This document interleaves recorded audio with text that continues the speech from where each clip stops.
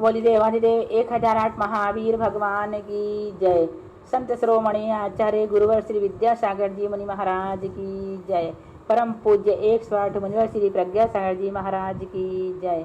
द्वादशांगिनवाणी माता की जय। अहिंसा मय विश्व धर्म की जय। देखें, द्रव्यानी प्रवेशिका में आश्रव और बंध अधिकार शुरू हो रहा है, जिसमें अभी हम आपको पहले आश्रव पढ़ाएंगे, है ना। आश्रव किसे कहते हैं?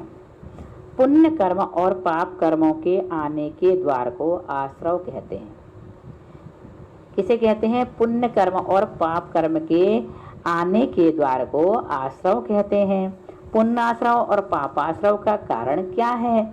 शुभ योग से पुण्याश्रव होता है और अशुभ योग से पापाश्रव होता है। शुभ योग और अशुभ योग किसे कहते हैं? शुभ परिणाम से उत्पन्न योग को शुभ योग कहते हैं और अशुभ परिणाम से उत्पन्न योग को अशुभ योग कहते हैं। शुभ परिणाम किसे कहते हैं? प्रशस्त राग, अनुकंपा भाव और चित्त में कलुषता न होना, ये शुभ परिणाम हैं और इनसे पुण्य कर्म का आश्रव होता है। प्रशस्त राग किसे कहते हैं? अरिहंत, सिद्ध और साधुओं में भक्ति होना, धर्म में मन का लगना और गुरुओं का अनुगामी होना, ये सब प्रशस्त राग है। अनुकंपा किसे कहते हैं? भूखे, प्यासे और दुखी प्राणियों को देखकर दुखी होना और उसका कष्ट दूर करने का प्रयत्न करना अनुकंपा है। चित्त कालुष्य किसे कहते हैं? क्रोध, मान, माया या लोभ के आवेश में होने से चित्त में जो क्षोभ उत्पन्न होता है उसे चित्त कालुष्य कहते हैं। अशुभ परिणाम किसे कहते हैं? आचरण में प्रमाद की बहुलता, चित्त में कलुषता, विषयों में लोलुपता, दूसरों को सताने और बदनाम करने की भावना, ये सब अशुभ परिणाम हैं। इन पाप कर्मों का आश्रव होता है। इनसे क्या होता है? पाप कर्मों का आश्रव होता है। क्या क्या? फिर से सुनो। अशुभ परिणाम, इनसे बचना है हमें। यदि हम इन सब विषयों को पढ़ रहे हैं तो उसमें जो विशेष बातें होती हैं उस पर आपको विशेष फोकस करना है, जैसे हम करते हैं। क्योंकि जो चीज़ें आपको सिर्फ पढ़ने और याद करने के लिए होती हैं उस तक तो फिर भी ठीक है, लेकिन जो चीज़ जीवन में उतारने के लिए होती हैं उसको विशेष रूप से पढ़ना चाहिए और समझना चाहिए और धीरे धीरे करके उसे छोड़ने का भी त्याग करना चाहिए। तो अशुभ परिणाम किसे कहते हैं? आचरण में प्रमाद की बहुलता। पहला क्या है? आचरण में प्रमाद की बहुलता, चित्त की कलुषता, विषयों में लोलुपता, दूसरों को सताने और बदनाम करने की भावना, ये सब अशुभ परिणाम हैं। इन्हें समझाने की जरूरत नहीं है, आप समझते हैं। प्रमाद से हमेशा दूर रहो। एक क्षण का प्रमाद भी हमें शुभ आश्रव से, शुभ बंध से, शुभ कर्म से दूर कर देता है और अशुभ की ओर ले जाता है। तो हमें प्रमाद तो करना ही नहीं चाहिए, हर समय सजग रहना चाहिए। जैसे ही हमको ऐसा लगे अरे हमारे परिणाम मलिन हो रहे हैं, उसी समय किसी ग्रंथ को लेकर खोल कर बैठ जाएं, जिससे परिणाम में निर्मलता आ जाए। यदि आपको स्वाध्याय में मन नहीं लग रहा है तो आप स्तुति पढ़ें, पाठ करें, उससे भी आपका मन लगेगा। प्रथमान योग के ग्रंथों का स्वाध्याय करें, क्योंकि प्रथमान योग के ग्रंथों को पढ़ने से वैराग्य बढ़ता है। कर्णान योग को पढ़ने से कर्म के बारे में जानकारी मिलती है। चरणान योग को पढ़ने से आचरण सुधरता है और द्रव्यान योग को पढ़ने से भेद विज्ञान होता है। शरीर और आत्मा की दूरी समझ में आती है।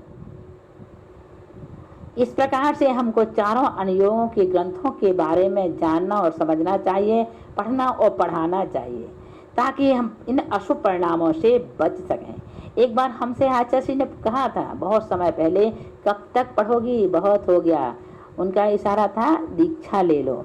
लेकिन हमने आचार्य से ये कहा कि आचार्य हम अशुभ से बचने के लिए पढ़ते हैं और वास्तव में हमारा एक ही इंटेंशन होता है हमेशा कि हम अशुभ से दूर रहें, शुभ में रहें। और शुभ में कैसे रहेंगे? शुभ में आने के लिए तो साधु संगति चाहिए, यह शास्त्र चाहिए। तो साधु संगति तो हर समय मिलती नहीं है, आरिकाएं माता जी हर समय मिलती नहीं है, फिर क्या करें, कैसे शुभ में रहें? तो सबसे अच्छा साधन है हमारे पास स्वाध्याय। हम हर समय स्वाध्याय करते रहें। देखो एक नहीं अनेक विषय हमारे यहाँ। कई लोग कहते हैं दीदी हम बोर हो जाते हैं। अरे बोर होने का काम ही नहीं है। यदि आप लोगों को ऐसा लगता है कि स्वाध्याय करते करते बोर हो रहे हैं तो पाठ करना शुरू कर दें, भजन गाना शुरू कर दें, ये सब पूजन पढ़ने लगे, स्तुति करने लगे, और या तो क्लास शुरू कर दें कोई। आजकल तो बहुत साधन उपलब्ध हो चुके हैं, इतना ज्ञान बांटने वाले हैं। जूम ऐप में तो ऐसा लग रहा है पूरे समय सिर्फ पढ़ते ही रहो, पढ़ते ही ऑनलाइन क्लास चलती है। कितनी साधन सुलभ हो गए। टीवी जब खोलते हैं तो कभी कोई महाराज जी के प्रवचन, कभी कोई महाराज जी के प्रवचन आते हैं, शंकर समाधान आता है। कितने साधन हैं ज्ञान अर्जन करने के, बशर्ते कि उतनी रुचि हमारे अंदर होना चाहिए। यदि रुचि नहीं होगी तो पूरी की पूरी लाइब्रेरी भी यदि घर में पड़ी है तो भी हम उस किताब की तरफ देखेंगे नहीं, उसका साज श्रृंगार नहीं करेंगे। जिनवाणी को सजाने से भी ज्ञानवर्ण कर्म की निर्जरा होती है, ज्ञान बढ़ता है। तो इस प्रकार के यदि हमारे पास साधन सुलभ है और अनुकूलता है, आँख कान नाक आँख सारी अच्छे हैं, कान से भी प्रॉपर सुनाई दे रहा है, आँख से भी प्रॉपर दिखाई दे रहा है, हाथ पैर भी सब काम कर रहे हैं, मन भी व्यवस्थित है, टाइम भी हमारे पास है, सारे शास्त्र अनुकूल है, पढ़ाने वाला भी है, उसके बाद भी यदि हम प्रमाद करेंगे तो अशुभ परिणाम, उसके बाद भी यदि हम प्रमाद करेंगे तो अशुभ परिणाम। इसलिए हम कह रहे हैं कि भैया इन अशुभ परिणामों से बचो। तो कौन से हैं अशुभ परिणाम? आचरण में प्रमाद की बहुलता, चित्त में कलुषता, मन कलुषित हो रहा है। किसी को देखा मन में विकार उत्पन्न, अरे तुम ये क्यों नहीं सोचते, आज हमारे कारण से उसके परिणाम बिगड़ रहे हैं, उसके कारण से हमारे परिणाम बिगड़ रहे हैं। ये सब क्या है? कर्माश्रव के ही तो कारण है, इन्हीं से तो बचना है। कोशिश यही रहे कि हमारे परिणाम कभी भी किसी के कारण से ना बिगड़े, और हमारे कारण से तो किसी के परिणाम बिगड़े ही ना, ऐसे कार्य करें। इस सबसे बड़ा हमेशा पारसनाथ भगवान ने कमठ के लिए एक ही बात कहा है कि मेरे कारण से कमठ के परिणाम बिगड़ रहे हैं। कमठ को कभी उन्होंने बुरा नहीं कहा, बल्कि ये सोचते रहे कि मैं ही खराब हूँ कि मेरे कारण से कमठ के परिणाम बिगड़ रहे हैं। इस प्रकार की भावना यदि हमारे अंदर आ जाएगी तो हम कभी किसी के परिणामों को नहीं बिगाड़ पाएंगे और अपने परिणामों को भी सुधार लेंगे। तो अशुभ परिणाम किसे कहते हैं? आचरण में प्रमाद की बहुलता, चित्त की कलुषता, विषयों में लोलुपता, दूसरों को सताने और बदनाम करने की भावना, ये सब अशुभ परिणाम हैं। इन पाप कर्मों का आश्रय, इनसे क्या होता है? पाप कर्मों का आश्रय होता है। इनसे बचने का प्रयास करना। अब देखो योग किसे कहते हैं? पुद्गल विपाकी शरीर नाम कर्म के उदय से और मनोवर्गणा, वचन वर्गणा तथा काय वर्गणा के आलम्बन से कर्म और नौकर्म का ग्रहण करने की जीव की शक्ति को भाव योग कहते हैं। और इसी भाव योग के निमित्त से आत्मा के प्रदेशों में जो कंपन होता है उसे द्रव्य योग कहते हैं। यह योग ही आश्रव का कारण होने से आश्रव कहा जाता है। आश्रव के कितने भेद हैं? 2 भेद हैं, भावाश्रव और द्रव्य आश्रव। भावाश्रव और द्रव्य आश्रव। देखो तत्वार्थ सूत्र में 6ठा अध्याय आया ना, उसमें आश्रव तत्व का वर्णन किया गया है। छठा आचार्य कहते हैं ये 6ठा अध्याय छठाया है। कितनी अच्छी बात है, बहुत अच्छा अध्याय है, उससे हमेशा पढ़ते रहना चाहिए ताकि आश्रव से बच सकें।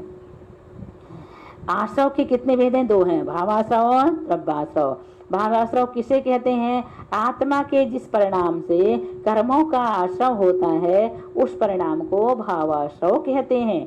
द्रव्याश्रव किसे कहते हैं? ज्ञानावरण आदि 8 कर्मों के योग जो पुद्गल आते हैं उसको द्रव्याश्रव कहते हैं। द्रव्याश्रव के कितने भेद हैं? 2, सांप्रायिक और इरियापथ। सांप्रायिक आश्रव किसे कहते हैं? सांप्राय का अर्थ है कषाय। सांप्राय मीन्स क्या होता है? कषाय। कषाय का उदय होने पर योग के द्वारा आए हुए जो कर्म परमाणु आत्मा में कुछ काल के लिए स्थित हो जाएं, उनके आश्रव को सांप्रायिक आश्रव कहते हैं। इरियापथ आश्रव किसे कहते हैं? कषाय का अभाव न होने पर योग के द्वारा आए हुए जो कर्म परमाणु आत्मा में न ठहर कर दूसरे समय में ही झड़ जाते हैं, उनके आश्रव को इरियापथ आश्रव कहते हैं। फिर से सुनो, कषाय का अभाव न होने पर योग के द्वारा आए हुए जो कर्म परमाणु आत्मा में न ठहर कर दूसरे समय में ही झड़ जाते हैं, उनके आश्रव को इरियापथ आश्रव कहते हैं। इन दोनों प्रकार के आश्रव का स्वामी कौन है? सांप्रदायिक आश्रव का स्वामी कषाय सहित आत्मा होता है और इरियापथ आश्रव का स्वामी कषाय रहित आत्मा होता है। सांप्रदायिक आश्रव के कितने भेद हैं? सांप्रदायिक आश्रव के 39 भेद हैं। 5 इंद्रियां, 4 कषाय, 5 अव्रत और 25 क्रियाएं। ये हम पढ़ा चुके हैं तत्वार्थ सूत्र के 6ठे अध्याय में। आपको 5 इंद्रियां कौन सी हैं? स्पर्शन, रसना, घ्राण, चक्षु और कर्ण। 4 कषाय क्रोध, मान, माया और लोभ। 5 अव्रत हिंसा, झूठ, चोरी, कुशील और परिग्रह। 5 पाप या अव्रत हैं। सम्यक्त क्रिया किसे कहते हैं? देव, शास्त्र, गुरु वगैरह का पूजन करना आदि जिन कामों से सम्यक्त में दृढ़ता आती हो, उन कामों को सम्यक्त क्रिया कहते हैं। मिथ्यात् क्रिया किसे कहते हैं? कुदेव, कुशास्त्र और कुगुरु की भक्ति करना आदि जो काम मिथ्यात्व के कारण हो, उनको मिथ्यात्व क्रिया कहते हैं। प्रयोग क्रिया किसे कहते हैं? शरीर वगैरह से आना जाना आदि प्रवृत्ति करने को प्रयोग क्रिया कहते हैं। समाधान क्रिया किसे कहते हैं? मुनि पद में स्थित होते हुए असंयम की ओर अभिमुख होना समाधान क्रिया है। इरियापथ क्रिया किसे कहते हैं? इरियापथ कर्म के कारणभूत क्रियाओं को इरियापथ क्रिया कहते हैं। जैसे आगे देखकर चलना। प्रदोष की क्रिया किसे कहते हैं?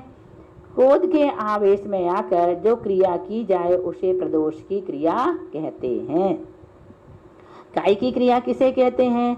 दुष्ट परिणामों में से जो उद्यम किया जाए, दुष्ट परिणामों से जो उद्यम किया जाता है उसे काय की क्रिया कहते हैं। अधिकरण क्रिया किसे कहते हैं? हिंसा के उपकरण दूसरों को देना अधिकरण क्रिया है। पारिताप की क्रिया किसे कहते हैं? जिससे दुख उत्पन्न हो ऐसी क्रिया को पारिताप की क्रिया कहते हैं। प्राणातिपात की क्रिया किसे कहते हैं? आयु, इंद्रिय, बल आदि प्राणों का घात करने को प्राणातिपात की क्रिया कहलाती है। दर्शन क्रिया किसे कहते हैं? राग के बस होकर सुंदर रूप को देखने को भावना होना, सुंदर रूप के देखने की भावना होना दर्शन क्रिया है। राग के बस में होकर सुंदर रूप को देखने की भावना होना दर्शन क्रिया है।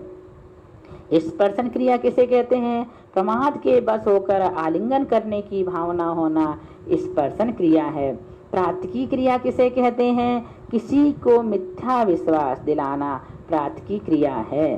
समन्तानुपातन क्रिया किसे कहते हैं? स्त्री, पुरुष और पशुओं के बैठने के स्थान पर मलमूत्र आदि कर देना समन्तानुपान क्रिया है।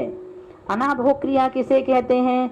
बिना देखी और बिना साफ की हुई भूमि में बैठना आदि अनाभोग क्रिया है। स्वहस्त क्रिया किसे कहते हैं? दूसरों के करने योग्य काम को स्वयं करना स्वहस्त क्रिया है। निसर्ग क्रिया किसे कहते हैं? पाप के कामों में अनुमति देना निसर्ग क्रिया है। पाप के कार्यों में अनुमति देना निसर्ग क्रिया है। इसलिए अपने यहाँ कहा है मन, वचन, काय, कृत कायिक अनुमोदना, इनसे यदि कोई भी कार्य होता है तो उस संबंधी जो आश्रय होता है उसका पाप जरूर लगता है। इसलिए मन से, वचन से, काय से, तीनों से और कृत कायिक अनुमोदना से, संरंभ, समा, आरंभ, आरंभ से, इस प्रकार के जो आश्रय के भेद बताए हैं उस संबंधी पाप का आश्रय होता है और उससे भी कर्म का बंध होता है। पाप के कामों में अनुमति देना, कर तो नहीं है लेकिन क्या कर रहे हैं? अनुमति दे रहे हैं, तुम कर लो, हम नहीं कर पा रहे तो करना आज्ञा व्यापादन क्रिया है। अनाकांक्ष क्रिया किसे कहते हैं? सठता अथवा आलस से शास्त्र में कही हुई विधि का अनादर करना अनाकांक्ष क्रिया है। आरंभ क्रिया किसे कहते हैं? छेदन, भेदन आदि क्रियाओं में लगे रहना और दूसरों को कोई आरंभ करे तो उसमें हर्ष मानना आरंभ क्रिया है। बहुत अच्छी बातें हैं, पढ़ाने ऐसा लगता है सब कुछ सिखा दें, खूब ज़्यादा, खूब लंबा लंबा एक एक प्रवचन हो जाए इसमें एक एक विषय पर। पारिग्राही क्रिया किसे कहते हैं? परिग्रह के रक्षण, संवर्धन आदि में लगे रहना पारिग्राही क्रिया है। माया क्रिया किसे कहते हैं? ज्ञान दर्शन आदि के विषय में धोखा देना माया क्रिया है। मिथ्या दर्शन क्रिया किसे कहते हैं? मिथ्यात्व में लगे हुए व्यक्ति की प्रशंसा वगैरह करके उसे मिथ्यात्व में दृढ़ कर देना मिथ्या दर्शन क्रिया है। फिर से देखो, मिथ्या दर्शन क्रिया किसे कहते हैं? मिथ्यात्व में लगे हुए व्यक्ति की प्रशंसा वगैरह करके उसे मिथ्यात्व में दृढ़ कर देना मिथ्या दर्शन क्रिया है। बहुत मार्के की बात है, ध्यान रखना। इन सब चीज़ों को सिंसियर होकर लेना, तब समझ में आएगा कि इसमें कितना अर्थ भरा है। ये सब हमारे द्वारा होता है, इनसे बचने का प्रयास करो। ऐसे काम हम अनजाने में भी करते हैं और जानबूझकर भी करते हैं, क्योंकि हम सब बातें यहाँ नहीं बता पा रहे हैं, लेकिन आपको इशारा करना ही हमारे लिए पर्याप्त है। आप समझें इसके बारे में। मिथ्यात्व में लगे हुए व्यक्ति की प्रशंसा वगैरह करके उसे मिथ्यात्व में दृढ़ कर देना मिथ्या दर्शन क्रिया है। अप्रत्याख्यान क्रिया किसे कहते हैं? संयम को घातने वाले कर्म के उदय के वशीभूत होने से त्याग की ओर प्रवृत्ति न होना अप्रत्याख्यान क्रिया है। इस प्रकार से यहाँ पर आश्रव का प्रकरण पूर्ण हुआ। अब हम आपको बंध से अगली क्लास में पढ़ाएंगे। बोलिए महावीर भगवान की जय।